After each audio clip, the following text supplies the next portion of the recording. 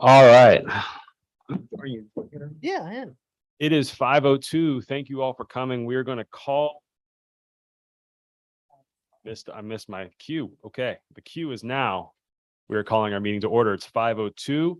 Thank you for coming to the August 11th Lexington Planning Commission meeting. We're going to have a hopefully brief agenda and then subsequently followed by a work session. The first thing I will do is ask for an approval of the agenda. Motion to approve the agenda. Second. All right. Motion and second, all in favor? Aye. Aye. Great. Thank you very much. Next item is the approval of the minutes from the July 28th meeting. Any comments? I thought they were wonderfully worded. I'm wondering if anybody can remember when because I think it was accurate in terms of wanting to make sure that we had the acronym defined. Did we decide it's going to be PUDU? Or I mean, yeah, PDMU as opposed to PUMUD?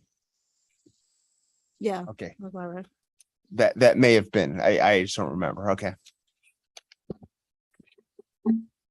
Great. I move to approve the minutes as presented. Second. All right. Motion and a second, all in favor? Aye. Aye. Thank you. Next item, citizens' comments on matters not on the agenda. Would anybody like to speak? Very nice. We will move on to our first and only item of new business. It is CUP 2022-04, an application by Washington and Lee University for approval of a conditional use permit to allow Baker Hall to be used as a student residence hall located at 212 West Washington Street, tax map 16-1-1, owned by W&L University. Okay, staff report. And I'm going to recuse myself because my husband works at W&L and this is still somewhat related to the comprehensive plan tangentially. Okay. Thank you, Leslie. In addition to the staff report that you have in front of you, we did receive comments late this afternoon from Tom Contos, and you have a copy of that in front of you. So there are two comments that I'm going to make as I'm going through for updates in response to Mr. Contos's comments. So first of all, in the overview of the request and background, we did a little bit of a cut and paste error in that it says 212 West Washington Street from student theme residence to administrative office use. That was the last conditional use permit for the Jefferson Street property. So this is, just to be clear, a change of use from an administrative office use to the student residential hall. And the reason they have to come, even though it's been approved, it's a different use. So that means they're vacating their own one and they're asking for a new one. Correct. A little bit of history just quickly. It was obviously a dorm. And then at some point in the past, and we provided you with that summary of or timeline, and I cannot recall when that was, but they did ask for a conditional use permit a number of years ago to transition from a student residential facility to an office use. And now they're asking to go back, at least temporarily, because it could be 1 year or 2 years that they need this as overflow space potentially for residential space again. So it is their request is to go back to a residential use, a student residence hall specifically. 2008 was when they had made that request to go from a residential hall to an office use or administrative use. I have a question in regards to quorum. Do we have appropriate quorum tonight? A quorum is 4 people, and then you can vote on things where I'm going to paraphrase, where a majority of those voting. So a quorum gets us to the meeting, and the meeting was open and we're okay with a quorum. So now we did have someone or a commissioner recuse, but you still have to have a majority of those voting to act on this. So you're okay with only 3 people hearing and voting on this, if that's the question. Yeah. Okay. You see the location map on the bottom there with the residence hall outlined in yellow. Over on the next page, just a photograph of the residence hall, or sorry, I should admin office requested to go back to a residence hall. Applicable sections of the zoning ordinance for institutional uses there. And the important part is on the middle of page 3. Those are your criteria. So conditional use permits may be issued for any of the uses for which a conditional use permit is required by the provisions of the chapter, provided that the governing body, upon a recommendation of the planning commission, shall find that in A, B, C, and D. So those are your criteria for making your decision. And then I will say also in item 3 at the bottom, it says, as well as any other reasonable land use zoning and zoning considerations as may be required by the nature of the proposed use. Over on to the page 4, the staff report. Staff does make a recommendation in favor. The suggested motion is the second point that Mr. Contos pointed out, and I'd agree with his statement in that this is an approval or denial of a conditional use permit. It's not truly an amendment to the W&L campus master plan. So when you get to the suggested motion, if you could just strike through to amend the W&L campus master plan, and that way it would say I move to approve or deny conditional use permit 2022-04 to allow Baker Hall located to be used as a student residence hall. So you can just strike through to amend the W&L campus master plan out of that portion, because it is true that this is a use that is a conditional use and it was not included in the master plan. So it's truly not an updated plan, but a conditional use permit on its own. Thank you. Can I ask another question? Even though it was given a conditional use permit for residents in the past, then because they went through and did another conditional use permit to do something different with it, it vacates that they can't just, I'm just thinking about this in general. Are you just, it is basically it is voiding what they've done before in order to do this. So if they were to do this, they wouldn't just automatically be able to start using it as offices again, because they're vacating one conditional use permit to allow for the other. Is that correct? And I'll further sort of hopefully clarify in that a conditional use permit is valid for up to 2 years until you don't use it. In other words, so if you vacate the use after 2 years, you lose that. It's no longer valid. So in theory, the conditional use permit that would go today, if it's approved, from the administrative use to the residential use, if in a 1.5 years time, and not 2 years when the administrative use would expire, but say a 1.5 years, they could potentially argue that they can put administrative use back into that building because they haven't gone past the 2 years. But that's getting a little bit sort of fine-grained perhaps. And I think good thing here is, well, might not a good thing, but the observation that in 2 years, that building is probably going to be gone. I'm really speaking more towards a bigger picture if in other cases like this. So that's all I was doing.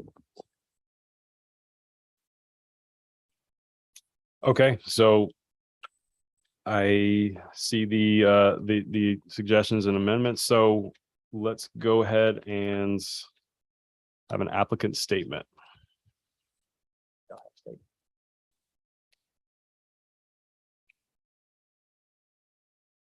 Hugh Latimer, Washington, Lee, live in Roanoke, Virginia. I think this is really pretty straightforward. We no longer have an administrative use for this building. Recently, we have coaches and administrative staff in the athletic department were temporarily housed there before the replacement of the Warner Gym was completed. And now they're in the new athletic facility. So the building has remained empty. But we're always right on the cusp in terms of providing number of beds on campus. And when we have a year where we have a few more students show up at the end than we thought, and in this case, you know, we don't know if there might be another outbreak of COVID where you want to have quarantine. This building would solve those issues as long as it lasts. So what we're basically going to do is basically change the signage inside the building. Because otherwise it really has remained basically a student residence hall. We had just used it as administrative space. The bathrooms are still there. It's there's not much to it. So and our goal again is hopefully have the building remain until next summer when demolition would start in order to build a new Williams building.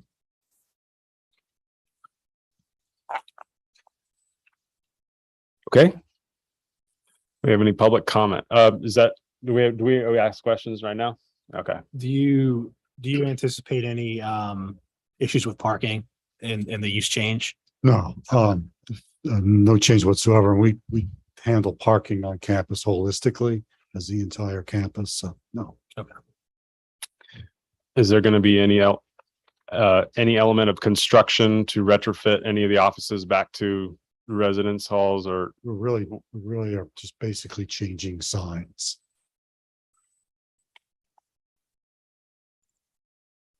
and how many students could the building fit if it was at capacity?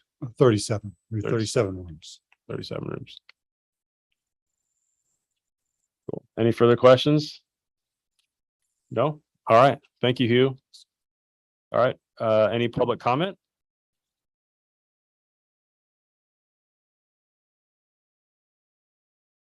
Seeing none, commission discussion and decision. As far as this is pretty easy. So I move to approve, not to cut unless we can discuss after I make the motion. Yeah, if you all are, yeah, I agree. I move to approve conditional use permit number CUP 2022-04 to allow Baker Hall located at 212 West Washington Street to be used as a student residence hall. Second. Motion and second. Any further discussion? No. All in favor? Aye. Great. Motion passes. Thank you very much. Appreciate your time. We're going to have Leslie join us again, and we're going to move to item 6, other business. This is where we do a zoning and planning report. Arnie, anything today? I do not have a report available. No report. Okay. And are there any other items in that list of catalyst projects or key annual PC milestones that need to be addressed today? No? Great. Let's close other business and move on to city council report. We met last Thursday and we had a presentation from the Central Shenandoah Planning District Commission.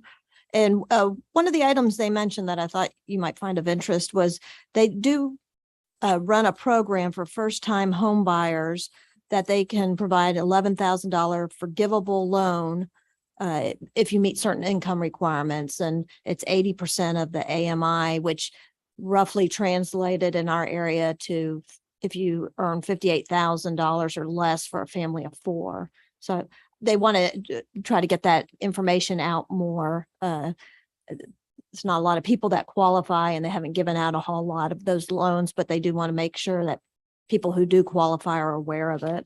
And then we had a presentation from Chief Green on resource officers. We did receive a grant for a resource officer to put one officer in our 2 schools. And she was just giving us an overview. There was no vote. It was presented at school board last night. And they're going to present it to the parents. And that's all I have unless there's any questions.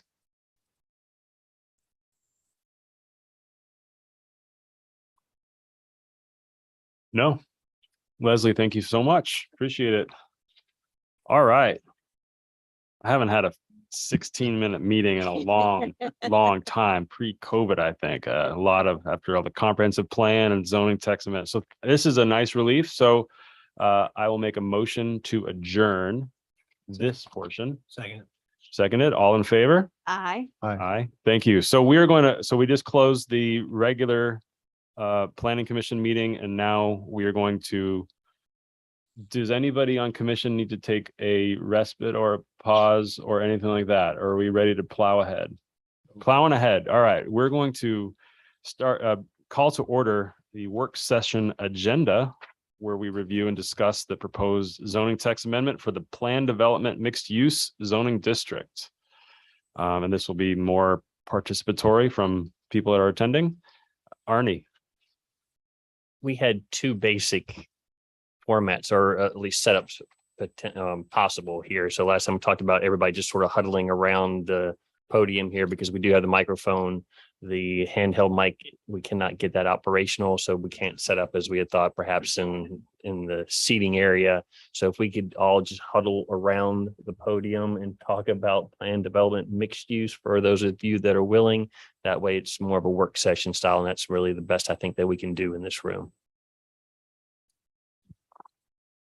I wouldn't be averse if people wanted, I mean, if it'd be easier, they could use these microphones. We have so few people. You're welcome to. Couple extra seats Pardon? and a couple extra Yeah, seats. so yeah, so Y'all okay either with way, that? yeah, just so we want to promote a discussion as opposed to a sitting on a high. Anybody wants to join in the two free seats, please go right ahead. If not, anybody else who wants to either stand at the podium or just be ready for when you want to chime in, we'll just do it that way if that's acceptable. There's not much of a presentation that I'm going to provide to you. We do have a number of copies still, I think, available of the PDMU proposed text.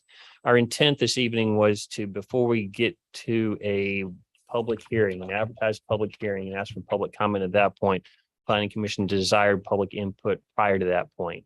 So this is what I would call more getting close to a final draft and an opportunity for the public to take a look at the final draft before it ends up being advertised for public hearing. This is a zoning text amendment. Zoning text amendments go to the Planning Commission in an advertised public hearing, and then go to City Council at an advertised public hearing.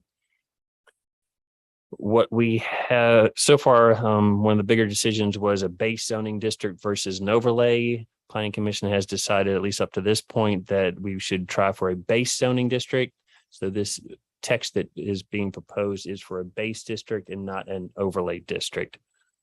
We're also targeting two opportunity areas, and I don't have the map in front of me. I believe that's opportunity areas 3 and 5. In the little flyer that we submitted around, there was a map that went along with it. There are 5 opportunity areas in the comprehensive plan, but we're specifically talking about this language this evening being allowed to be implemented in the C2 zoning districts, which are out East Nelson Street, basically from Sheets all the way into Kroger, and also on the other side of East Nelson, that area. And then as we're heading out South Main from the fire station out to the Econo Lodge and over to the VDOT property, just so everybody gets an idea of the areas specifically. So this more flexible language is not being proposed all over town. It's hopefully an enticement for somebody who wants to redevelop our suburban shopping areas into something that has more of a mixed use feel and is not just a single story building with a sea of parking around it. So again, it's written thus far as a base zoning district allowed in those 2 opportunity areas that I mentioned, and tries to encourage mixed use. Actually, it requires mixed use and then provides flexibility. And again, the next step would be after we receive comments this afternoon. If you would like to then talk about which next steps are, we could either, if you direct me to advertise for whenever the next available Planning Commission public hearing meeting would be, or if you just want to take into consideration what you hear tonight, and we'll talk about it at the next meeting before getting into advertising for public hearings. That's all I have to kick this off. I'm not, unless Planning Commission has any comments before we solicit from the public. No, thank you very much. So this, this includes sort of the culmination of a lot of micro and macro edits that Planning Commission's helped make over the past few months. Some wordsmithing, but so thank you very much for compiling all of that, all of those all those discussions, what I feel is a pretty coherent zoning text. So I'll throw out one item that Tom Roberts, the planning director for Buena Vista, we just received his comments, and I appreciate him taking the time to review it, and he had some good comments. And I think of the 4 comments we had discussed and addressed the first 3, but he did mention that if there were multiple property owners, we might want to have them explain the property owners association legal structure for shared spaces and how it would be maintained, which if that's something appropriate, I thought that might work under to have that within their master plan. Is that something that would be they could require in the master plan? Is that I believe so. We could Okay. certainly add that into the section that talks about application requirements. okay?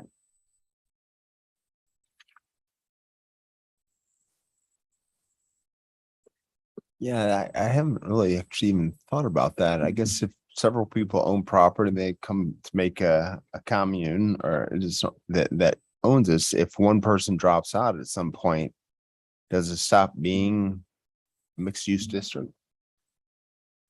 I believe we're talking about maintenance of common areas. So just because there is issue between parties on the civil side, I don't think that automatically takes something out of the PDMU district.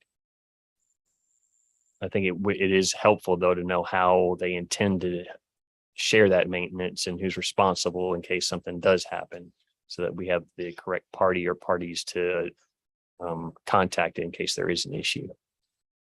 But what happens if one person just decides that they don't want to be in this anymore and they leave and now we have and it falls underneath our cap or the limit for.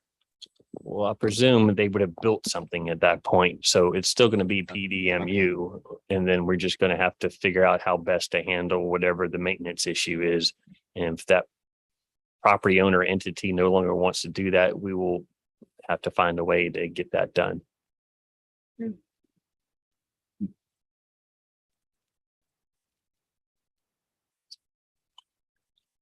Yeah, I don't want to make any more comments without opening this up to everybody. So this is the public's opportunity to make comments or ask questions. Can we explain that to Barbara and Tom who just walked in, that this has now been changed into a work session? You're welcome to huddle around this mic. Or there's one here. These empty chairs, Yeah. not on the planning commission. Yeah. And Arnie, do anybody that speaks, do they still need to state their name and address? It's helpful for the minutes. This is Okay. still supposed to be a work session where we're just discussing issues. It's not as formal, but yes, if you could at least state your name and address, that way we can have a better, we can keep up better with the minutes.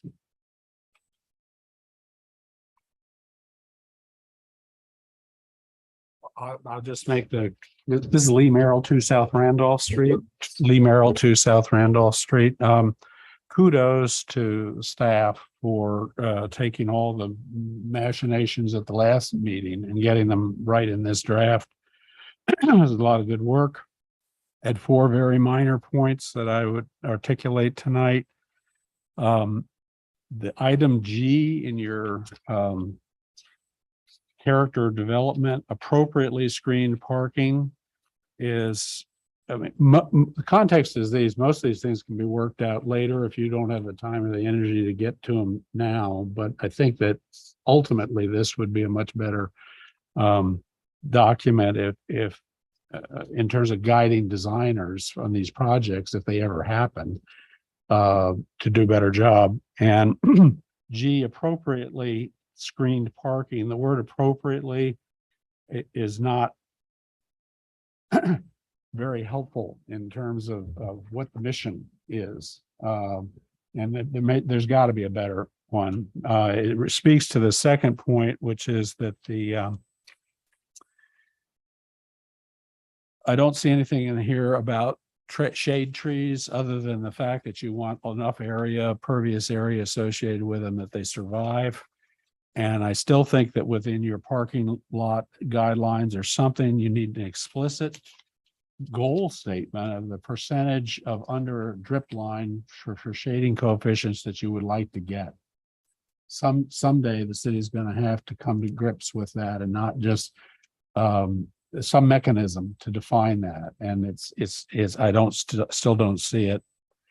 The height reference under the application requirements, still height of buildings still does not distinguish.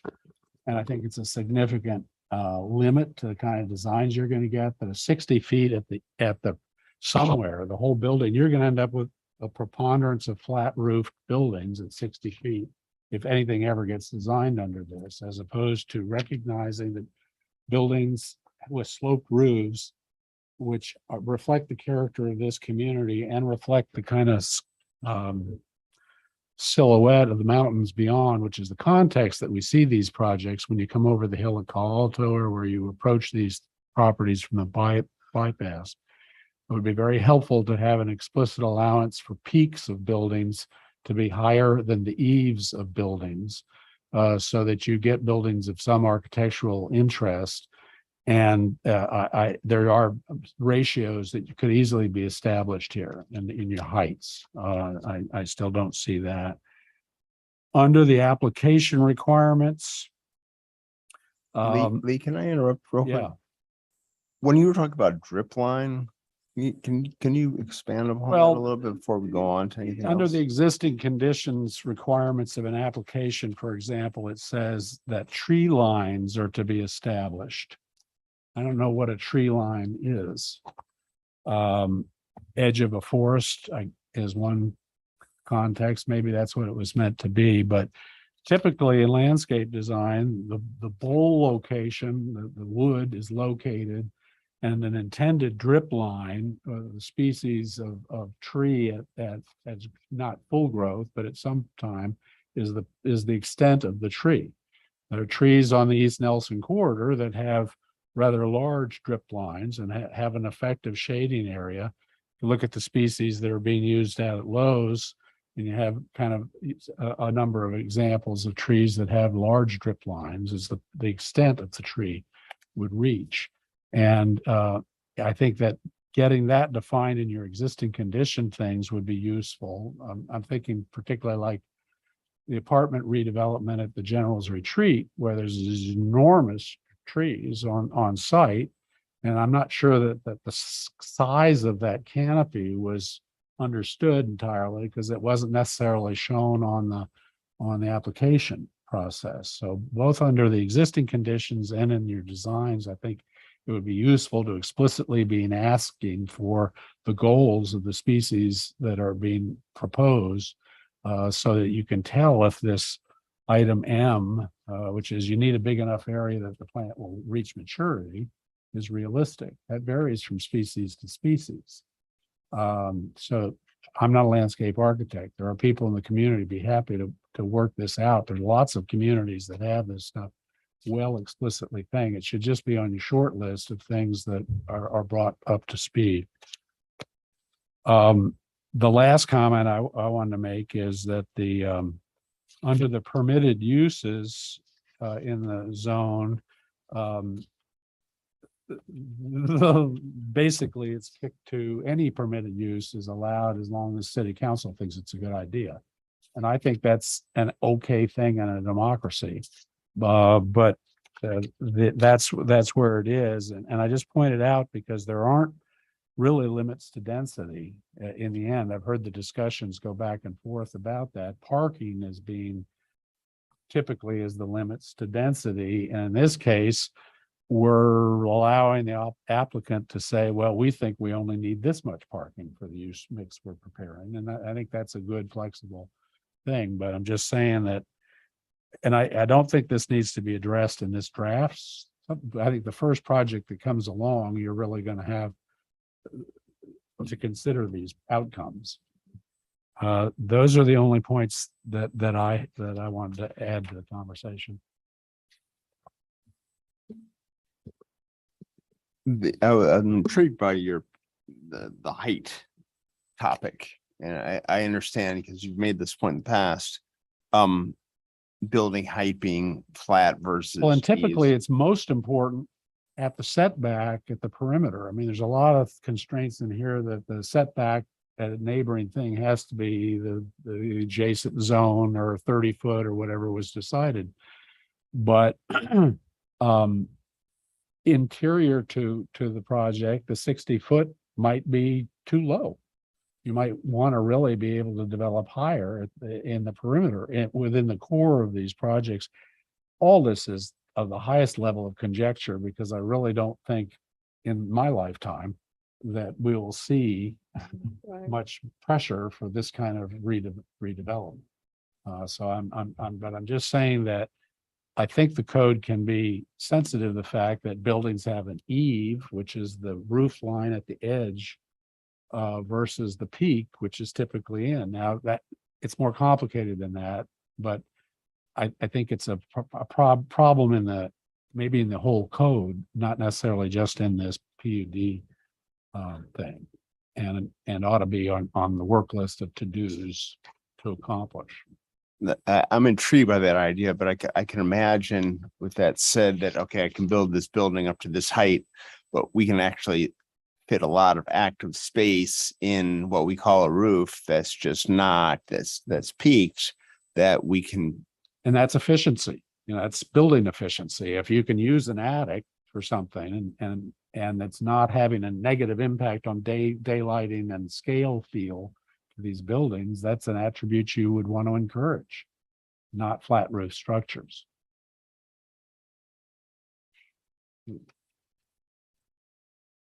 And that change goes back to changing our definition of building height. Isn't that where it describes where it's taken from? Right now, it's just a fairly standard thing from the front door up to the front door at grade up to the tallest point of the building. So in this case, if it's 60 feet, then it's front door 60 feet, probably 6 stories. And then it's up to the designer whether or not they want to put a peaked roof on it or not, and maybe only go to 50 feet and then a peaked roof. But most people, I think it's safe to say, are going to maximize them if they're going to put that kind of investment in and they have enough room for parking and all the other requirements, that they're likely just to do 60 feet flat roof and be done with it. So if we want to get a little bit, not fancy, but a little bit more involved in our measuring height to perhaps encourage, we could find that language easily because other places do that, such as 50 feet to the eave and then up to 10 feet additional for the peak of the roof to encourage sloped roofs as opposed to flat roofs.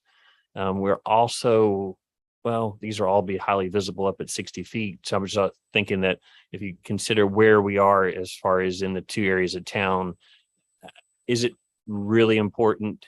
I know Lee's going to say yes to have the peaked roofs, or is a flat roof in these more sort of commercial areas acceptable? But all of our heights right now are just height maximum, and that's it. And you're suggesting that maybe the way, from the planning commission perspective of addressing this, is to make it to incentivize it by saying, yeah, okay, you can build eaves up to 60 feet. But if you want to put a peaked roof on there, but I guess we have to also define what a peaked roof is, then you can go up to 70 feet. Is that what you're saying? Well, I think you can perhaps attack it 2 different ways if you wanted to address roof and what types of roof you may get. You could actually do just something now for this particular PDMU, or if we're going to do it for all of the zoning districts and how we measure height throughout the city, we might want to take a little bit extra time maybe as a separate item to do that. But we're still in the formation stage of this particular document for PDMU, and we can certainly do some extra investigation to see if that's the direction you want to go, because there are plenty of other examples out there. We can find something for you where they're a little bit more complicated than just saying flat roof heights. So in essence, it should be somewhat easy for us to find a language that would meet what the desired is, which is not to have flat roofs, or at least incentivize something other than flat roofs. But that's a bigger discussion. I think it's better. I personally think it's better done changing our definition for everything rather than addressing it within this ordinance. Yeah, unless it would have to maybe fall under character development as a different line that consideration must be made to include, and then our desired roof line. But again, I don't know. I'm not an architect, so I don't know. Well, go ahead, Fred. Come on. Come on up here, just He doesn't need a microphone. I mean, I'm hearing the discussion about the definition of the height of the building. There is the building code that in it is definition of height of building. Duh. If it's a triangle, it is determined by this method. If it's flat, it's determined by that method. But when the code says the building can't be any higher than so many feet, then in the building code, the designer knows what that number means in terms of a shape. Yeah, he can go a little higher than that, and the height is, as long as he meets the height of the building. I'm thinking more importantly, though, is there an architectural review board for these areas that says, oh no, you can't do flat roofs in this area. They've got to be pitched a certain degree, not 3 and 12, not 4 and 12. They need to be a minimum of 8 and 12 to be here. Or what if they were like that? Uh-oh, is that too contemporary? I don't know. But you get into trying to dictate the architectural design. You can review proposals for design like an architectural review board does for the historic area for these other districts, that you would have an input like, oh, this is a fitting design for it. We really like what you did with the roof lines, Mr. Architect. Well, that's interesting. I guess what would happen from a planning commission perspective, they would have to come here for a building, a site plan, right? And so we could, at that point, we could evaluate what the site plan is and see if the roof is, but we can't go, what are we allowed to do? First, in the entrance corridor, we do have design standards. If you wanted to rely on the entrance corridor for roof style or pitch or the things that Fred just mentioned, we currently don't have those in the architecture section of the entrance corridor, which talks about materials and colors and HVAC units and loading docks, and visual mass of a large building should be reduced by variations in roof lines, building angles, but that's not specific. So what I heard may need to be a little bit more specific. So if you wanted to rely on the entrance corridor design standards, I think you would need to make some amendments here. Your other potential option, which was just mentioned, is in the character development. Do you put something in and then put the burden on the applicant for saying why they can, or as we changed that language last time, why they cannot address that particular item and of all the character development standards in the plan development mixed use section. And then you had another question. The other thing to be aware of is you said site plan. So it would be plan development, mixed use rezoning, most likely, or with an entrance corridor coming together. And then if I remember correctly, our site plan is actually administrative. I need to find it. So I believe for a PDMU, you will not see the site plan. I apologize. It's going to take me a second to find it. But I believe it was intended for it to be administrative approval. Here we go. On page 21 of your packet, item F there in the middle-ish of the page. And we're generally in the section that talks about the PDMU master plan. And this is the last item in this section. The zoning administrator shall approve or disapprove a final site plan within 60 days from the receipt of such a plan. And it's got to be in conformance with the PDMU master plan. My presumption there is, why is staff doing an administrative approval? It's because you've just approved basically a site plan at the rezoning level. You've gotten so much detail and information because this is a PD district that that was just copied over from our existing PD district. So it would be an administrative approval. So I don't want you to, at least the way it's written now, it would not come back to you for site plan approval. So this PDMU master plan, it would have to be much more detailed than, let's say, what came before us when we had to deal with the W&L stuff. You are, Which was aspirational, as opposed to this is pretty much a plan that they have to prevent. and you see all of the permit application requirements, character development. We're asking them to include all those things and specifically justify when they can't include all those things. Yeah. And which is much more. And then also to Lee's point about tree line, they have to provide an existing conditions map showing roadway structures, tree line, and the existing conditions, and then providing a master plan that has all those things that are on page 20 of your. So that's a good bit more information than is required in just a typical rezoning of a property. So in essence, you're getting site plan level. That's why I wanted to know. Okay. And then along with that, if they are building in the entrance corridor, that's the only places where we're thinking of having is PDMs, right? They automatically have to, there are certain constraints or requirements for developing in the entrance corridor. But that entrance corridor is just an overlay. So even though we're putting a district in there, the overlay still has to be abided. I thought it was the other way around. If you're in a district, the overlay has to abide. So this is kind of weird. This is one thing we haven't talked about, I don't think thus far. But the overlay entrance corridor. So these two areas of town are the entrance corridors. So if somebody, as an example, it wasn't a rezoning, but just as an example, Sheets came in recently. They wanted to not rezone the property, but have the Tesla charging stations. So they had to get that use approved through a site plan and an entrance corridor to make sure that what they were doing met some of the standards that I read. Those are only portions of them. As you know, there are 5 different categories and a number of not so specific standards there. But I'm not sure this is what the question was, but do we potentially want to let somebody out of an entrance corridor if they're rezoning to PDMU simply because there's so much more there? Or do we want the PDMU as a plan district also to abide by what we have in the entrance corridor standards, which again aren't terribly specific, but you could also have the rezoning come in with an entrance corridor. And that's the way it would be right now.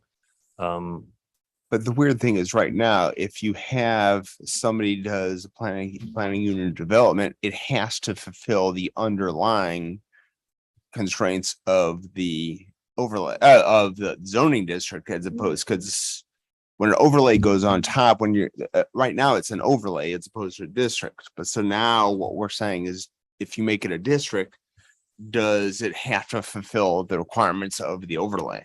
That's what this last paragraph, the very last thing on our packet, that addresses it, saying yes, that now these, not only is it C2, but it's C2 and the PDMU that's in the entrance corridor, which I think it addresses that, because I do like the idea of making sure this goes through the entrance corridor requirements as well. I think it makes, okay, good. I missed that. Thank you. You can have more than one overlay, just if that was part of the question or not. In other words, we have properties that would be an entrance core. They might have to be in a floodplain area as well. So you can have a base district with multiple overlays.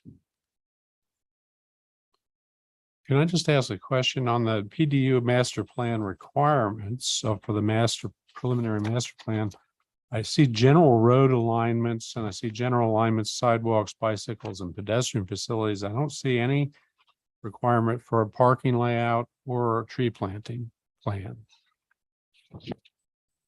So that the actual layout of the parking, is that covered here? Or I also don't see any requirement for a tree planting plan.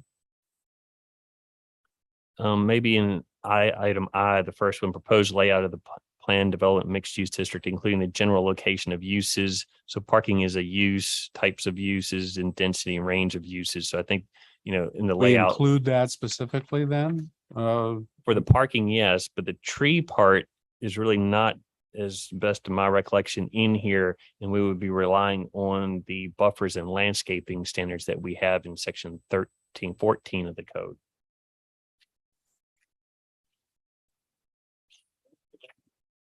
Gotta refer to a bigger detailed section about landscaping and I mean, trees, how many trees you need and everything. You can't put everything in the plan unit development.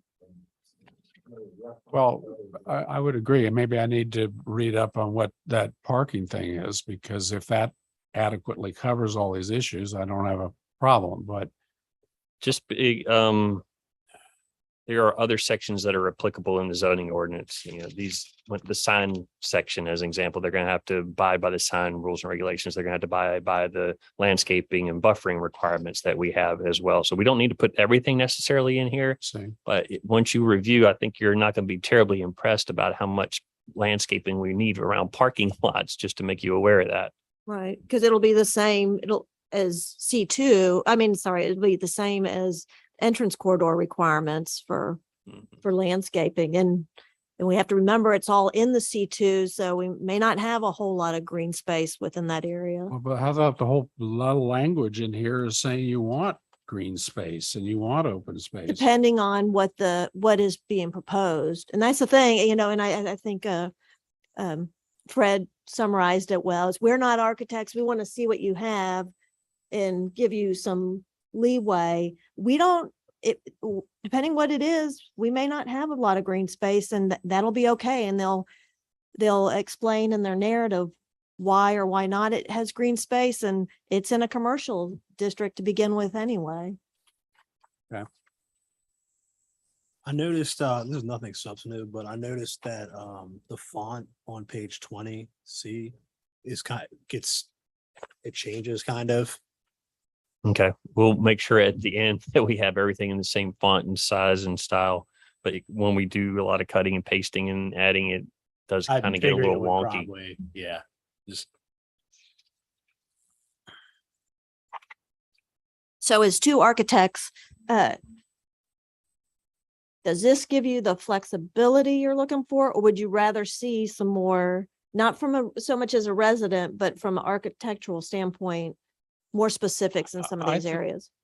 I would like to see the city indicate that it's got aspirations to see significant tree canopy worked into the parking. And I don't know, the point is, I'm not sure that the current ordinance does that. Right. And so maybe that's what needs to be addressed. This mixed use, it isn't to say that you need more trees here than you need in the C2. You need adequate trees to address the issue of the context we find ourselves in 2022, which is urban heat island is a real problem. And within 10 to 20 years, people may not be able to tolerate getting from their cars into the buildings where the air conditioning is. So perhaps that's not so much a requirement of this ordinance, but in looking at what our entrance corridor overlay requirements are for landscaping. If that's the easiest way to handle it, and that cuts to the chase on the issue in the community so they can discuss it, I'm fine with that. I mean, I think that would make, for that particular issue, might make some more sense, because then it'd be more comprehensive. It'd cover all of C2. Yeah, I feel like that, as opposed to crafting something just for the PD, whatever we MUs, PDMUs. I think having some general overall vision for the city as a whole is a much better way of Well, that's doing. being worked on by the Green Infrastructure Working And Group. and I So think, that- that's, but they're probably not going to have to address that in this particular zoning ordinance. It's going to be the zoning ordinance is going to refer to a general parking idea, it's general parking guidelines. guideline, yeah, intention, I guess, is what we want to see in anticipation of the problems you're saying.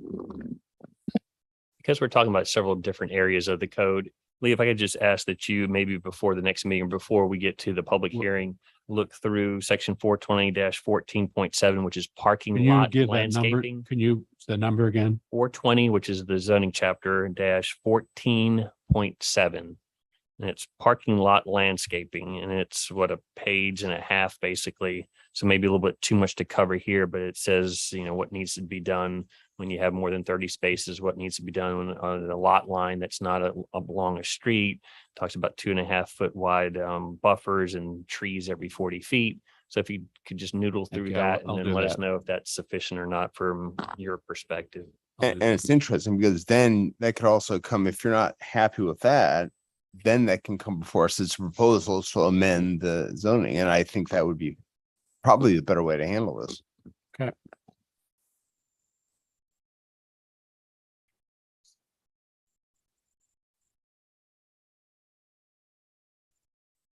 Finally getting somewhere. Thank you for that. We need encouragement. Yeah. Glad I could be here to facilitate this. Does anybody else have comments they want to share? Or make?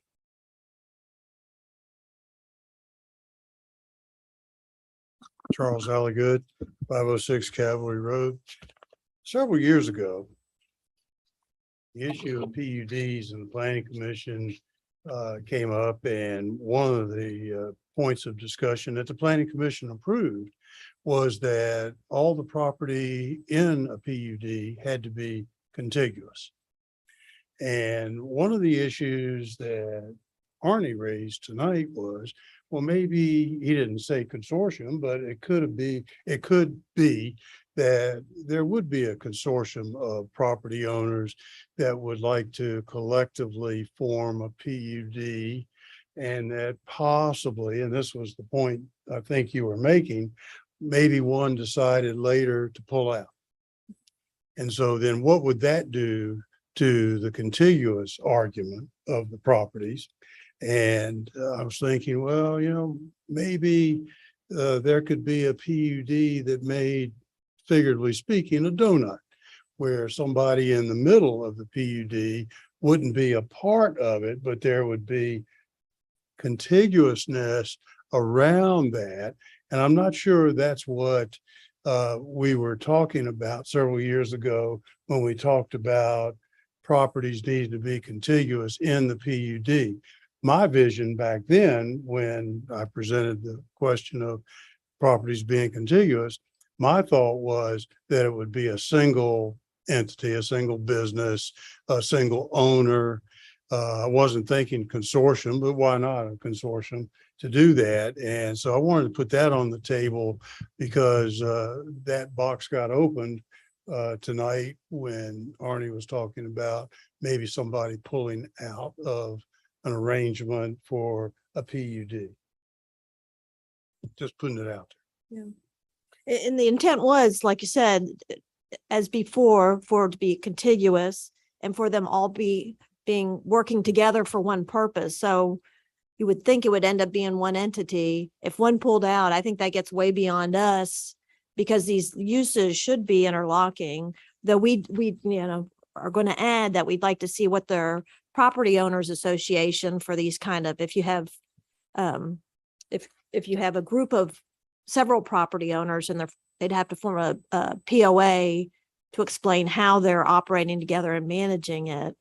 Yes, and But I I think think that if- would be an yeah. important point Yeah, right. to add to this, because right now, just because of the discussion Right. tonight, and I hadn't considered it previously, the question would then become an open question as to, well, who's going to be participating in this PUD unless you tightened up the requirements for what constitutes a PUD and how the geography of the PUD is. Yeah. I'm How would wondering it- if you could potentially solve that by saying that you have to combine the parcels so that, once the parcels are combined, you'd have to go through a process to uncombine them, which, you know what I mean? Some language, in that manner. Does that make sense? Yeah, I'm just thinking about some of the creativities that Right. may occur when you start talking about regulations. And it's always the case of how can I accomplish what I set out to accomplish? And maybe I've got to go around this way to get there. But the thought was originally, very simply speaking, that it would be a nice compact piece of property that wouldn't have any wiggles in it, that people would be together on that. And my thought was that we were talking all the time about a single owner. Yeah, I was sort of assumed they'd have to form a new LLC. I mean, you couldn't just throw in a piece of property that had their, say, a restaurant, but wasn't really contributing to the overall form of the mixed use development. I don't think we would allow that. They would have to provide some necessity to where you have a group that's better than any of the individual uses. Right, You know, but they- some kind of I think we synergy. appreciate from our discussion Yeah. that there could be an open question on how that PUD would be constituted. Yeah. It's interesting too, that what you brought up about having like kind of like an island or a donut where like maybe there is one parcel, but then somebody in the middle of the parcel is not part of the PUD. Right, maybe not a donut, maybe a U shape. Sure. That, you know, so you've got interior to the two legs of the U, not a part of the PUD, and the U would be the PUD, the U shape. Something to consider. Certainly I would support that flexibility, largely because the parcels you're trying to get redevelopment on, the vacant land out behind the farmers co-op and adjacent to the VDOT thing, you've got some out parcels that may or may not be able to be recruited to it. And you could get, and the same applies to East Lexington, East Nelson Street, having the ability to consider a major PUD application when there's just one party who doesn't want to participate, and that's in a U or a donut, I think is the kind of flexibility you want to try and have. I mean, if they can't get the person involved, doesn't mean it should stop the whole project. There are many ways to sort of skin a cat. I mean, we can try to think of many different ways, but a plan unit development is supposed to be sort of a holistic design. And then I'm not so sure it makes a difference if it's U-shaped and there's somebody that doesn't want to play. But I think earlier when we were talking about Tom Roberts's comments, it was more about, well, what happens after the fact? So we already have something built. Let's say this plan unit development was designed. There may have been 2 parcels, but we're okay because it took 2 parcels to aggregate into the 3-acre minimum. And we have 2 owners. They didn't want to actually create their own or a shared LLC. So we still have 2 owners. And they just decided that they were going to build this thing. So they built it according to the master plan. But then they had some issues. Somebody didn't pay somebody didn't take care of something. So then they're not, sharing their maintenance but we still have the thing built. So it's still there.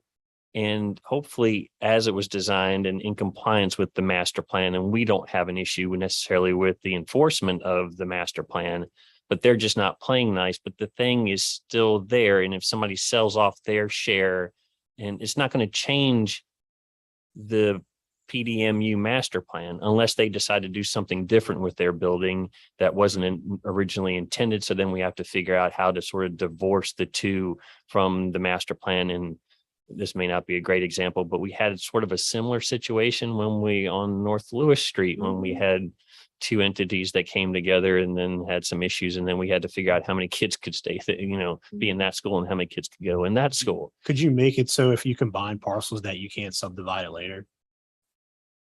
We could, right now, there's nothing. What's our minimum? I think there's no minimum in C1 or C2 as far as lot size goes. So we would have to do it specifically. Lot area C1 minimum, none. Lot width, none.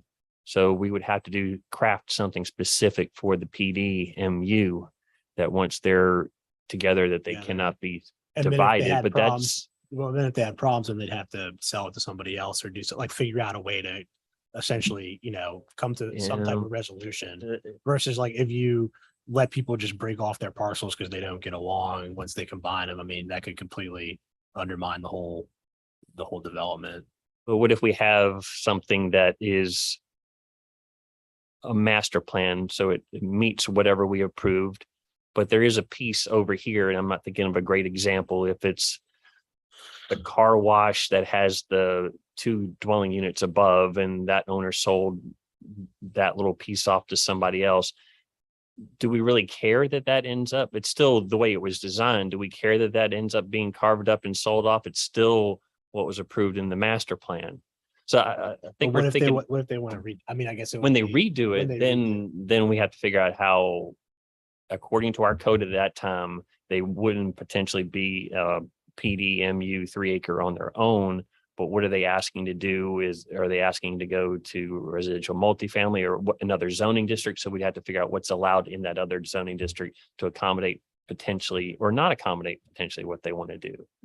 So yeah, I'm a little bit leery sometimes of saying, here are our zoning regulations. Here's what you can do use wise in the planned development mixed use, but thou shalt not subdivide this property in the future.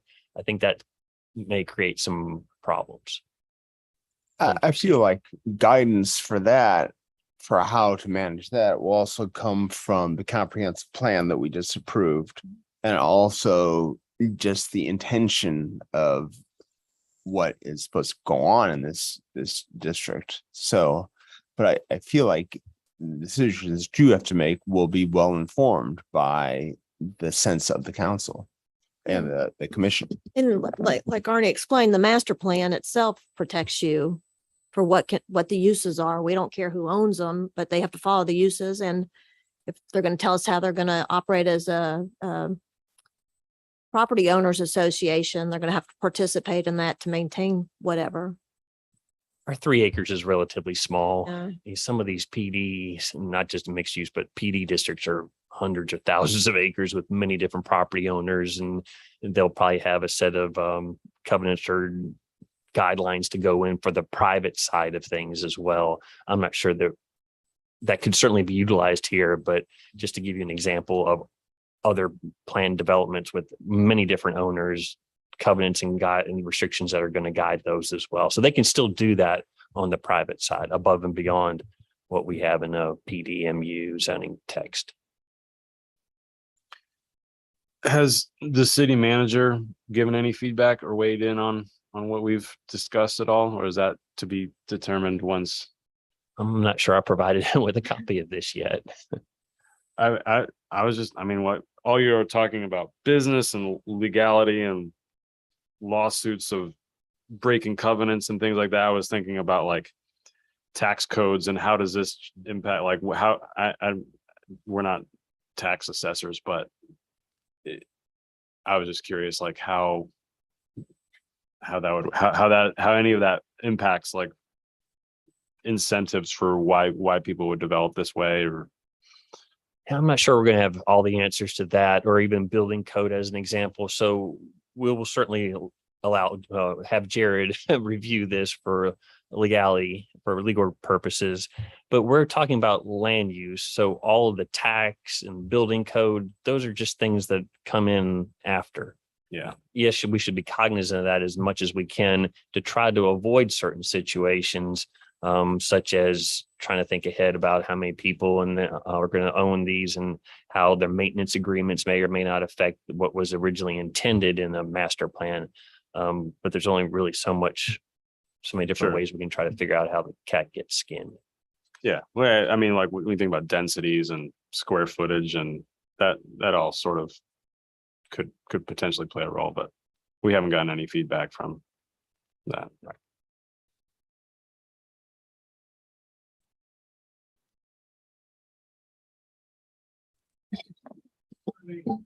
Here's a random question. You're loud, Fred, but if you don't mind.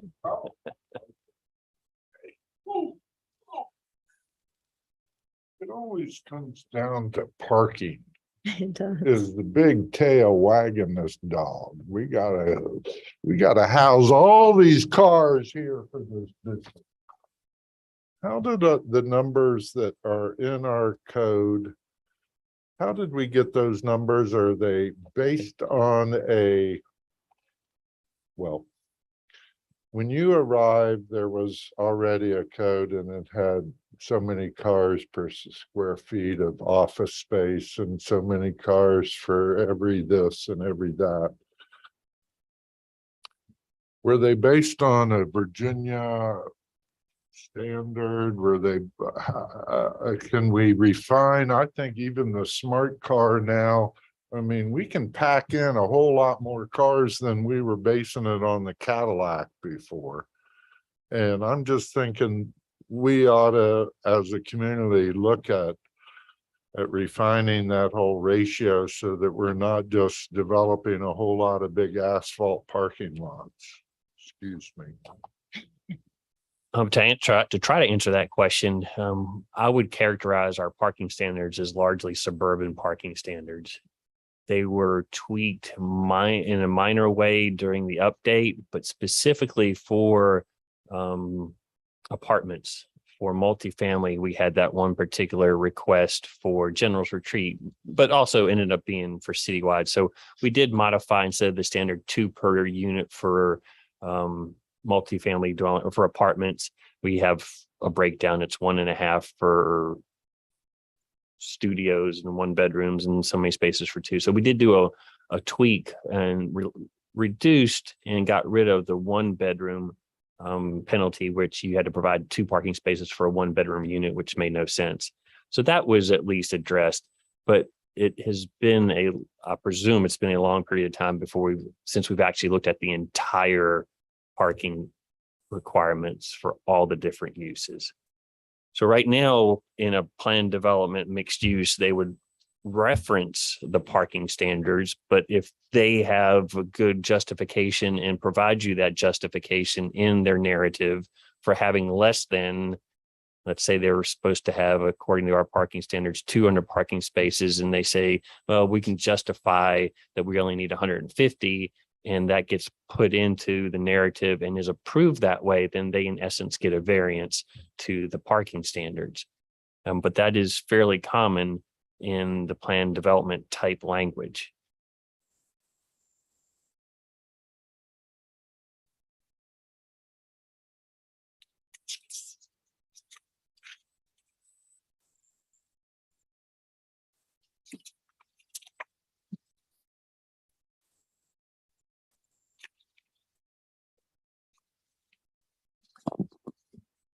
What are our next steps are you give us another draft and then we go to the public hearing? Is that what goes on? We have a couple of amendments from this evening that we can make. I think the first one in particular was how do we handle maintenance for these? So we'll make that change and whatever else. I think that was the only item I think that needs to be put in there from sort of the agreement and nodding of heads that I've seen it from you all. The next step, we could either, if you were comfortable right now with that change, and you could tell me to advertise for the next available planning commission public hearing date, or if you just want to huddle up at your next meeting and review the final and then say yes or no, that's ready for advertisement. Yeah, we're not meeting as a body anymore, so we True. can't really make a proposal. I just was curious. There were 2 things that did you get? Because Lee had brought up this notion with character development that the term appropriately in paragraph 420-5.2 character development, letter G. Lee said the term appropriately, we need to consider that because it's not a very useful term, a very helpful term. He also requested, in terms of changes that I see as maybe that we should consider, the notion of shade trees, giving a better definition of what is essentially what is there, what is the impact of what do the impact of the shade trees have to be? Is that what I'm capturing? Well, I think what I heard in the subsequent conversation was that's most.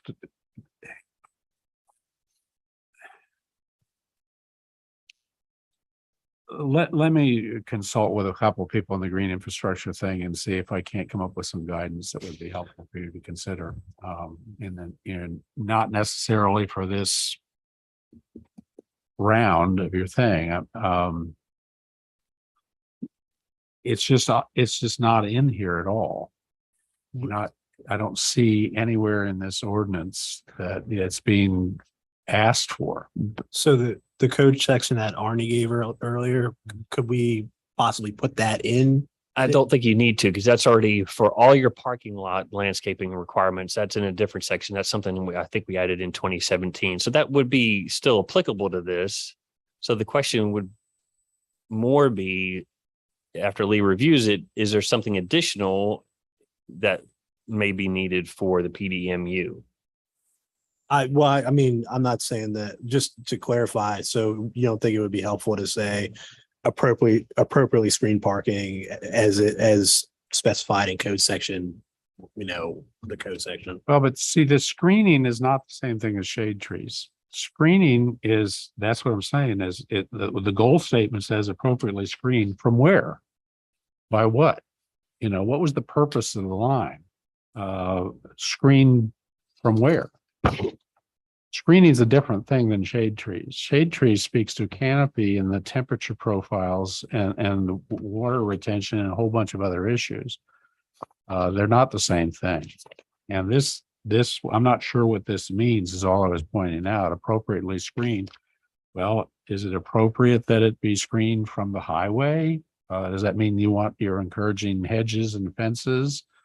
And then there's sightline issues, et cetera. So I'm just, Did we pull that line from like a different So city? it's existing, if I'm not mistaken, A through L were all from the existing Yeah. PD, Oh, PUD. So it's something that we had in our code for at least the last 4 or 5 years. So I can't exactly explain appropriately screened parking. However, I think most folks, even if you tell that to a designer, they might not know what that means and they have some latitude. But I think we would interpret that perhaps as saying you have to at least do the minimum, which is in 14.7, the parking standards that I sort of referenced a little bit ago. And then they should think about doing more. And then when it comes before planning commission, you all can determine whether or not what they provided is minimum or if it's more and if it's appropriate. So I think you have that little bit of latitude, and I might not give a designer a whole heck of a lot of direction on what needs to be done, but at least maybe there's a bit of flexibility there. And then the shade trees, if I'm not mistaken, was a quick comment that Shannon Spencer made before our last meeting. Said, I don't have a whole lot of time at the moment, but shade trees need to be in there. And then she provided the language about at least big enough to survive to the maturity. So that's how that sort of got plunked in there. So it may not have been vetted all that well for sort of intent in coverage and some of the other metrics that you mentioned, but perhaps I would invite you to maybe come up with that.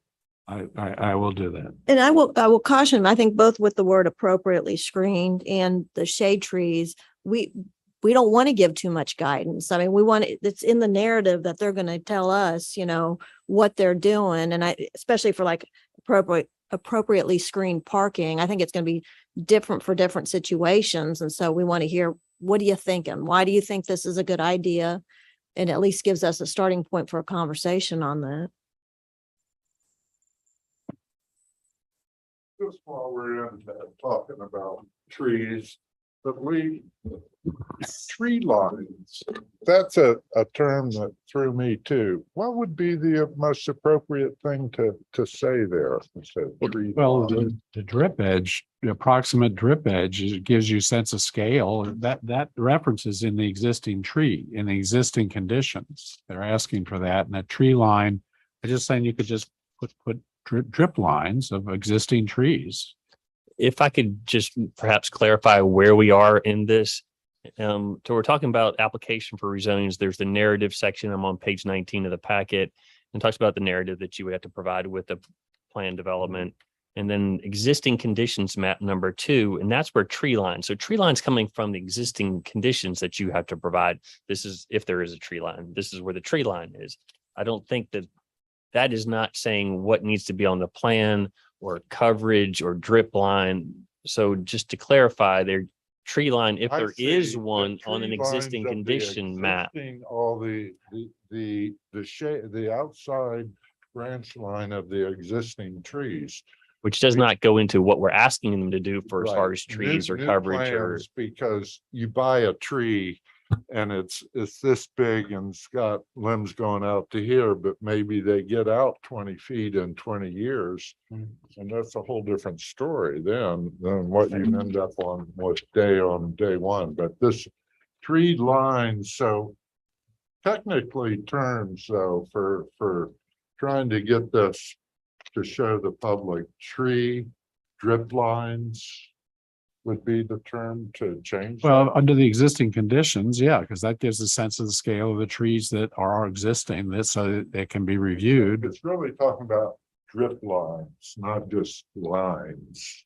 Well, I don't know. Is it if, I mean, I think we want to know what assets are on this property, and I think a lot, we would consider a tree line and probably an asset that we might not want them to completely eliminate. And so I mean, I it's assume it's, good to know, you know, the tree and what is taken and can we say this and. Yeah. and So are we ours just, in a little tighter? are we splitting hairs of, because we don't know architectural language of drip, what is the definition of drip line versus Well, the area that branches and leaves take up, or just the location of trees is where they just need to know the location of where current trees exist. I think in most cases, what you're going to get, if somebody sees tree line, they're going to think drip line. So they may actually locate the trunks, but for the most part, they're going to do the little squiggly thing Yeah. on the map that shows yeah, roughly where the that tree measures out branches where are the covered. drip Then line- if drip line is a universally understood language for Yeah. what that, then I think we should just write Me, it right that's there. Yeah. The that drip would make- lines. I agree.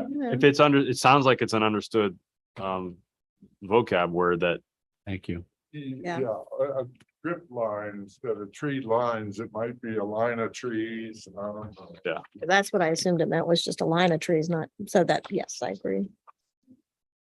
So that could change to tree drip lines. Mhm. Sounds good. Now we're getting somewhere.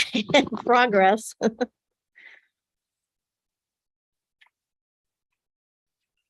We have a room full of architects. Any other comments on if this is useful or not, or missing the big picture if we're doing that?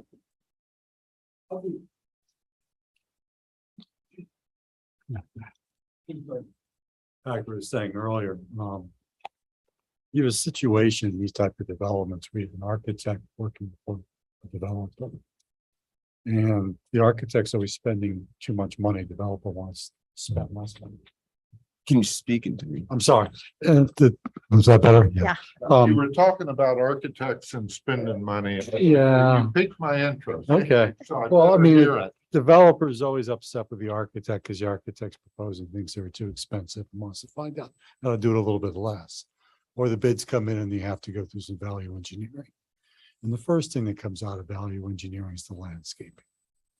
And especially if you really want to make improvements in terms of the heat aisle and the fact that additional tree planting can help solve, I think you really have to put in some sort of quantifiable number that isn't in the existing code, because an architect might start off putting it in there and it'd be very common for a developer to ask that get taken out.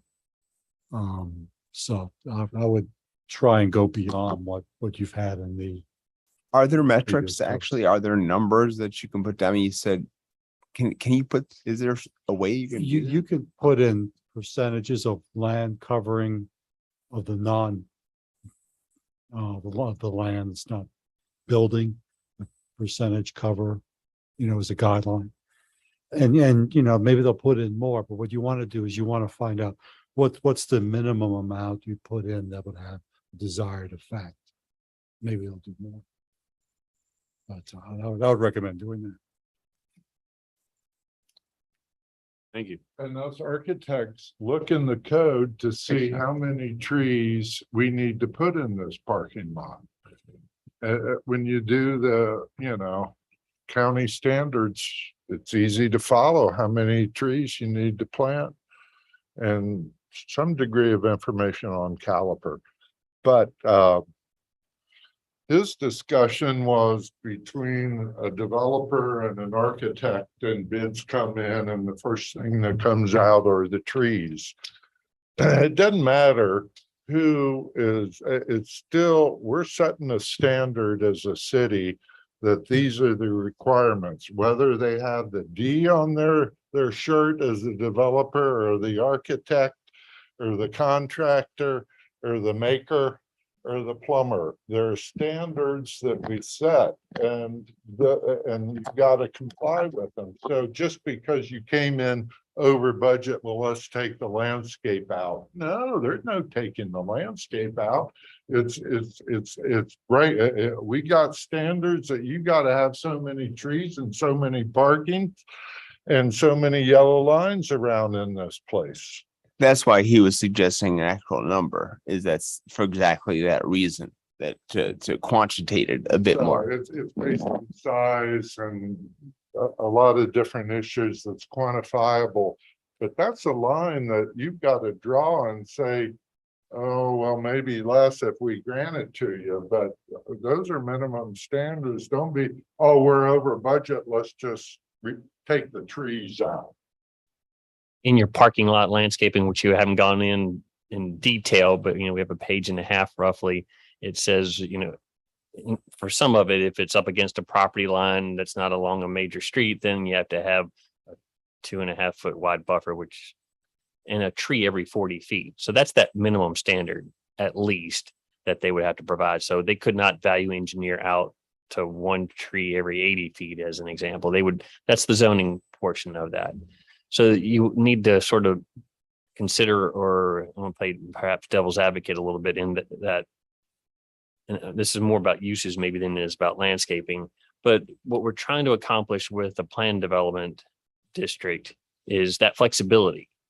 So how many standards, and we've had this discussion multiple times already, but how many standards do you want to put in? They have to meet this, this, and this. But then that's what we're trying to actually let them out of, because there's typical zoning districts are so stringent and not flexible that they aren't able to do mixed use, as an example. So we have to constantly sort of weigh too many standards, maybe not for landscaping, but just for uses and other things, and allow that flexibility. And then you have the ability through the review of the master plan to see whether or not, as loose of language as it may be, whether or not the landscaping is sufficient, whether the screening is sufficient.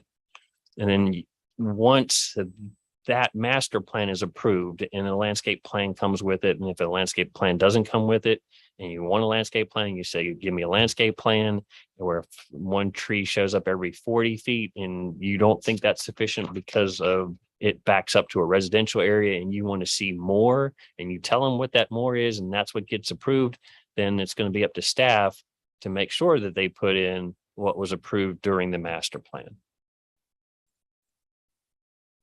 I think that makes sense. So, I mean, generally, we're just trying to provide flexibility and see what comes before us, and let the public at that time also weigh in on specific designs. And these are essentially guidelines to get the process started. And we're also going to learn as we go along. I mean, it's, we have so little land, but, we are going to, whatever the first one is, then how do we tweak this for the next one? So it's going to be. I think Lee said he'll take a stab at rewriting letter M on character development. And I think that could maybe give us enough of, the planning commission for the future to have it written explicitly that that's an area that needs to be addressed by the developer, and does allow flexibility, but also has a little bit better definition. And Thank you. That's exactly what I'll do. So on the application, oh, that's rezone. I'm looking at the wrong one. On the, I just I'm trying to find, do we require a landscape plan specifically under the master plan? Oh, yeah, I'm looking at the right place. Sorry. So on page 20, where it's the requirements for the master plan, should we add one that says provide a landscape plan? I do think that would be good to have. Could you fold that into I, proposed layout of the plan, general location of uses, use types and density and range of uses, including landscaping, That or would just a be- whole different? No, that would be perfectly fine too.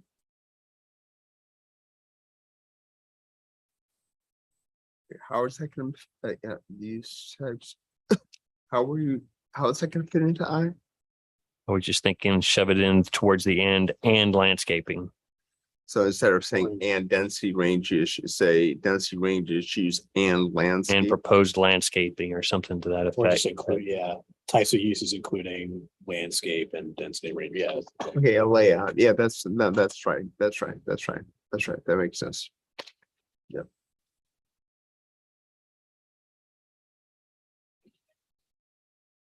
It's true, Arnie. We were getting all specific and then the PDU was invented to bring flexibility to a scheme. Creative flexibility, so that's something that's the bigger picture too, but we're still trying to keep the playing field empty, equal for all people coming in, Mm. that they know the rules and expectations, but we want to grant flexibility for those areas. Mhm. Then there's a statement somewhere in the intent or up front that says we also expect this to be better than just the regular old development. Yeah. I don't know if we use the word suburban in that particular case, but there's an expectation that this thing is better than our typical development. Mhm.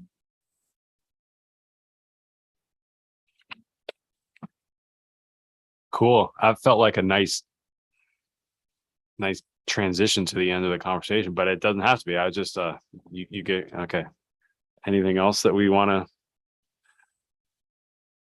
Couple voices haven't been heard, but that's totally fine. John and Pat didn't send in any No, comments I've yet. not received any comments. Okay. With that said, do we want to have one more gathering of planning commission to talk about these amendments prior to us advertising? I think we can't make any decisions about how to do that until we actually, because we're not in a meeting right now. So I Also- feel like we need to wait till we have a meeting to Okay. decide that. It'd probably also be good to get John and Pat's. Well, that's what I'm saying. That's, Yeah. well, yeah, Now, as a stretch to that particular, can I just say that if we have comments that come in by next Friday at noon, we can include that in your packet for the next meeting for your discussion, further discussion. That's good. That's a great idea. okay. It's doing exactly what we wanted to do. So. Mhm. Thank you. Yep. Thank everybody for coming. This Thank you was all. a good discussion. This is very helpful. Blake, here's All your right. chance to use your. Oh, well, I'm going to make a motion to adjourn and end the work session agenda. Second. All right. All in favor? Aye. Thank you. Thank you.